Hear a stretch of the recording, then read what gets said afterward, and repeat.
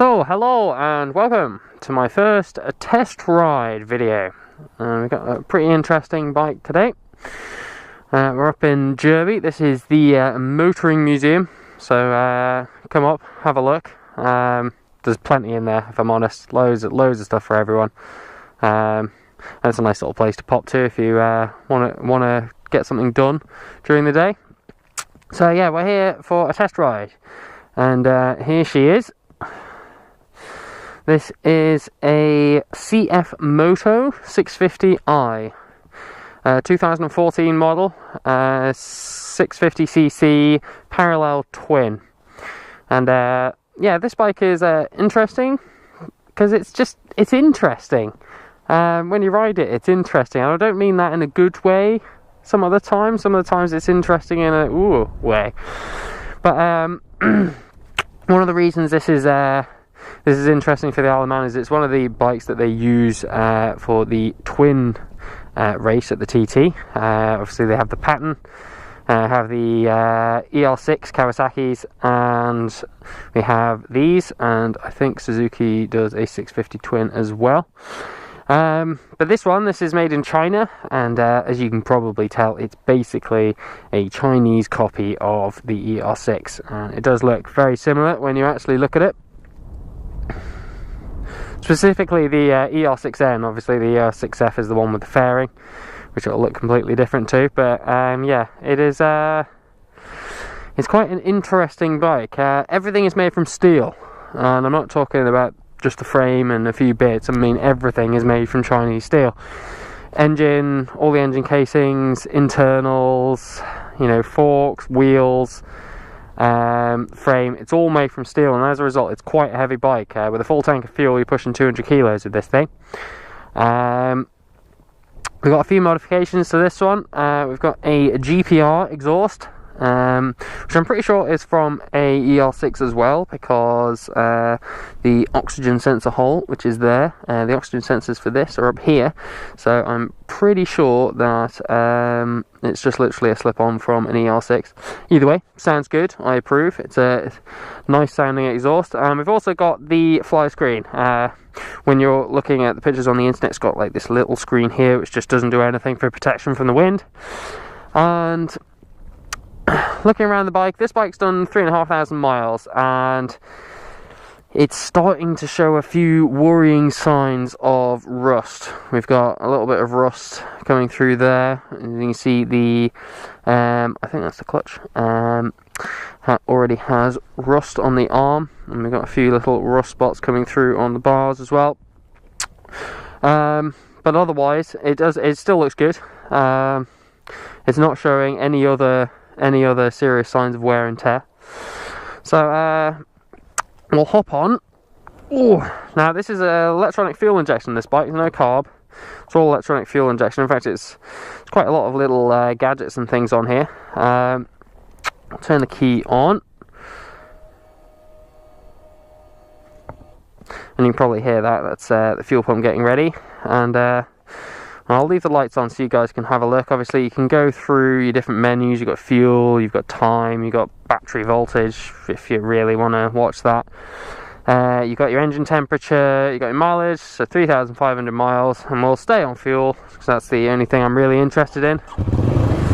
So give her a start, and yeah, it's got quite a raspy little sound from the engine on this one. Quite vibrating. It's one of the things I would say about this bike is it's unrefined. I think would be the word that I use to describe this bike, would be unrefined. Everything is just a little bit, your main manufacturers, your Kawasaki's, your Suzuki's, etc., they've had tons and tons of time to get all the different components absolutely perfect and get the feel of everything absolutely perfect. With this, you know, the brakes are a bit spongy, the suspension's a bit spongy. Everything, as I said, it's interesting, this bike. It's very interesting to ride. But with no more to say, we will get on the road. So yeah, as I said, we're at Derby Motoring Museum. I thought that was an appropriate place to do my first ride and get this this particular series started. So So yeah, here's the entrance. As you can see, they usually change what they got in the window. They got a Mark 1 Golf, a old UN sidecar, and the original Fiat 500. But as I said, that changes, and you can go in. They got 2 floors. You've got loads of different cars and bikes to have a look at. It really is it's a good place to go and waste a few hours. So we'll turn out onto it. Now we're in the industrial estate here. This is it's a bit interesting, this industrial estate. If you come in from down this way and you turn into here, there are no speed limit signs. You turn in and it's the national speed limit. If you come in from the other end, you come in from a 30. So it's quite questionable what is the speed limit here. I don't know. I just ride at 30. I find that's the way to do it. But if you come in from that way and you get pulled over doing 40 in here, you can say, officer, look, there's no speed limit sign. So at the end of the day, that's their responsibility. Right, out onto the road. So we're going to go down past the prison.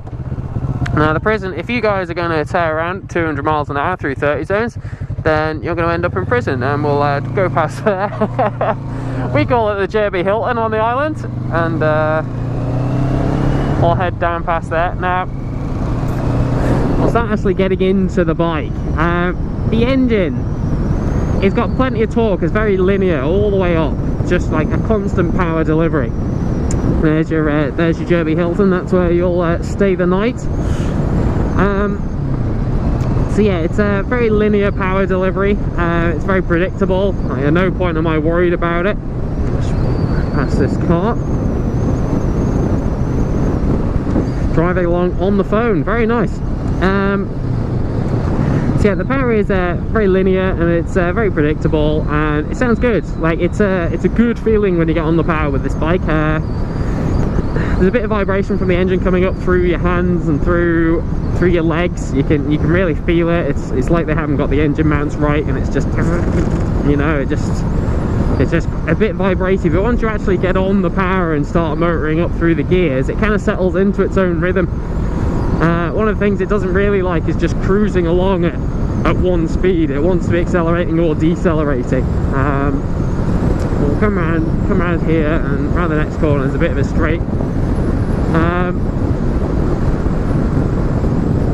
One of the things that is, again, a bit interesting about this, as I said, is the suspension. The suspension's a bit like it's harsh, so you can feel all the bumps and the changes in terrain, but at the same time there's loads of travel, but you just seem to hit the bump stop. It's weird. It's like there's no spring there, and you just kind of go good onto the bump stop. So yeah, a bit of a straight, and you can see it's quite happy just to have a little pull. It loves that, absolutely loves it. Now, as I said, this has got 60 horsepower, feels like it's more, if I'm honest. 41 foot-pounds of torque, again, feels like it's more. It's got a big rear sprocket on, and it might be partially down to the gearing, but it definitely feels like it's more than 60. Top speed, 112 miles an hour according to the manufacturer. That is bollocks. It does 136 and it runs out of gear. I'm pretty sure if you change the sprocket, set up on it, and you got a nice big straight on a racetrack somewhere, you could easily get 140, 145 miles an hour out of it. But in current stock setup, it'll quite happily cruise around up to 100. It's a very capable bike up to 100, and there's not very many things that you'll come up behind on it and it'll be left behind, you know. Up to 100 it pulls very nicely. So I'll turn left onto here. This is big straight up the back of the Laff, and it's quite a nice little place. We'll do a pull through the gears, and I'll show you guys what it's got. So yeah, nice and clear, nothing coming. So second, third, fourth.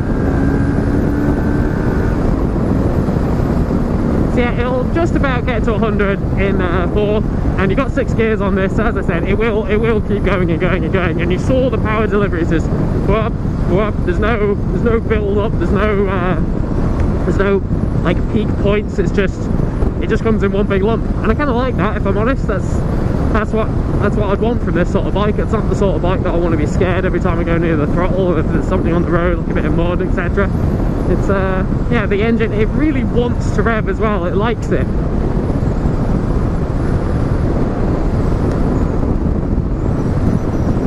I'll come around here onto, this is another straight. This is a nice place if you do want to do a pull on your bike and the roads are empty. This is a nice place to go.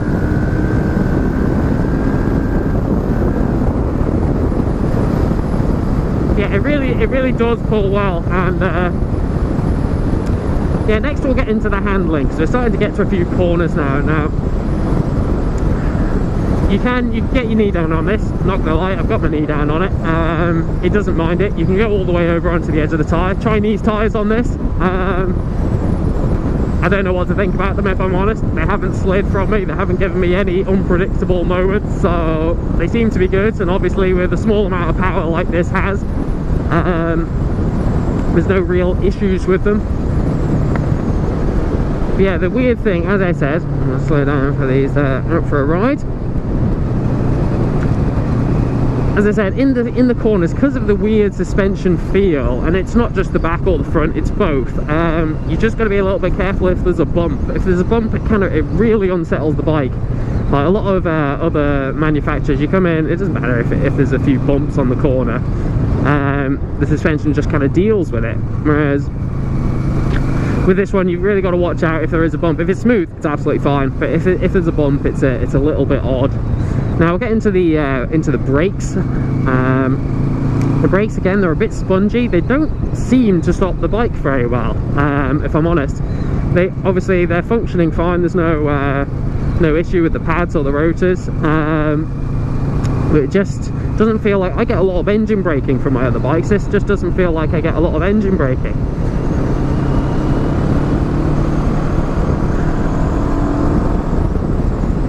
But it does just absolutely love to rev, and you probably heard that then, you just get a little bit of a backfire if you go through the gears as it dumps a bit of unburnt fuel into the exhaust. It's not loud, it's not obnoxious, but it's nice to hear. Like I really enjoy the feeling that I get while I ride this bike. If I was to give it marks out of 10 for how good it is as an actual motorcycle, I'd probably only give it 6.5. But for actual feeling, you know, that fuzz, you get that indescribable feeling when you just know that you like a bike or not. I'd give this 8 or 9 out of 10 for that. It just feels nice to ride, and you get a lot of enjoyment out of it. So here we have a smooth corner, and yeah, you can really tip it in, and it takes it very well. But the moment you start, like, there's a little bump here on the exit of this corner, really unsettles the bike. It's a bit disconcerting. Like, it hasn't ever like put me on the wrong side of the road or anything, but it's just with other main manufacturers, you just don't get that. And that's kind of the thing that I'll take away from this bike, is it's just not quite ready. And obviously with it being a 2014, I expect the 2017 model. Girlfriend's sister, the 2017-2018 model, probably very nice to ride. They'll have got these issues sorted out. We'll slow down to 40 for the St. Jude's limit.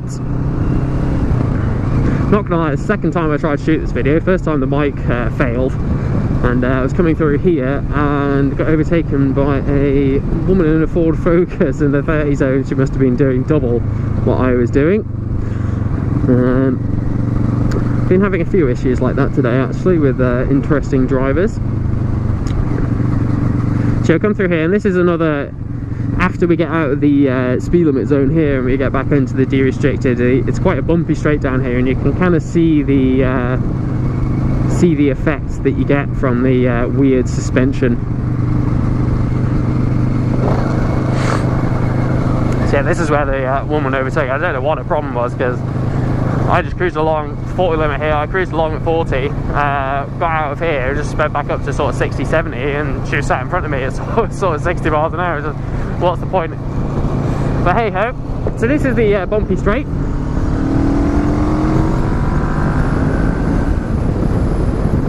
I'll stick it up into 6th, and you can just kind of, you can probably tell by my voice and just how the bike's reacting. It's just a little, it just gets unsettled very easily. Like an odd sensation. What have I got here? Cyclist. But no, altogether, if you're probably looking at this bike for a first bike, realistically.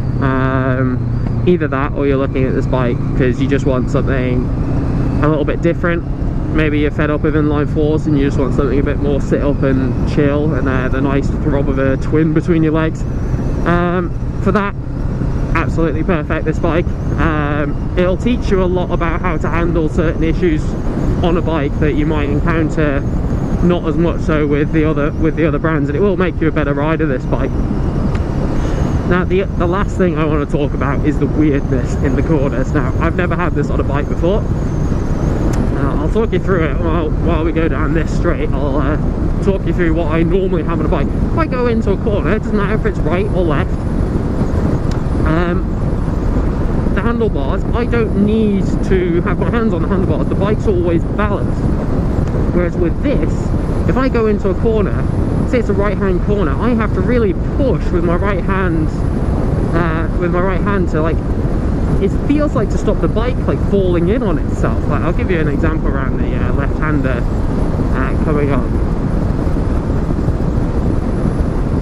So just tip it in, and I'm really pushing with that left hand. Otherwise, it just feels like the bar wants to come in, you know. And that's the weirdest thing about this bike, I'd say, the absolute weirdest thing. But yeah, altogether, nice little bike. It's fun to ride. I get a lot of satisfaction riding it. It gives me the fizz. It's quick enough. If you want a really fast bike, you wouldn't be considering this at the end of the day. If you want to start a bike or just something to bomb around on, then this is probably it. As I said, this is only on 3,500 miles, so I don't know how long it will last. Realistically, I don't know when it's going to start falling apart. But if you can pick up a nice low mileage one, I don't see any reason why you wouldn't buy one and why you wouldn't have it. So here we are, and I'll finish off the video at the film studios. A lovely view over the mountain. That is the straight up to Guthrie's, you can see up there with the van going down it. And yeah, there we have it. I hope you guys enjoyed it. If you like the video, give me a like. You got any questions or comments or suggestions, write a comment down below. I will get back to you as soon as possible. And if you want to see more videos like this, subscribe. And enjoy the rest of your day, guys. And I'm going to go and give this back to its owner.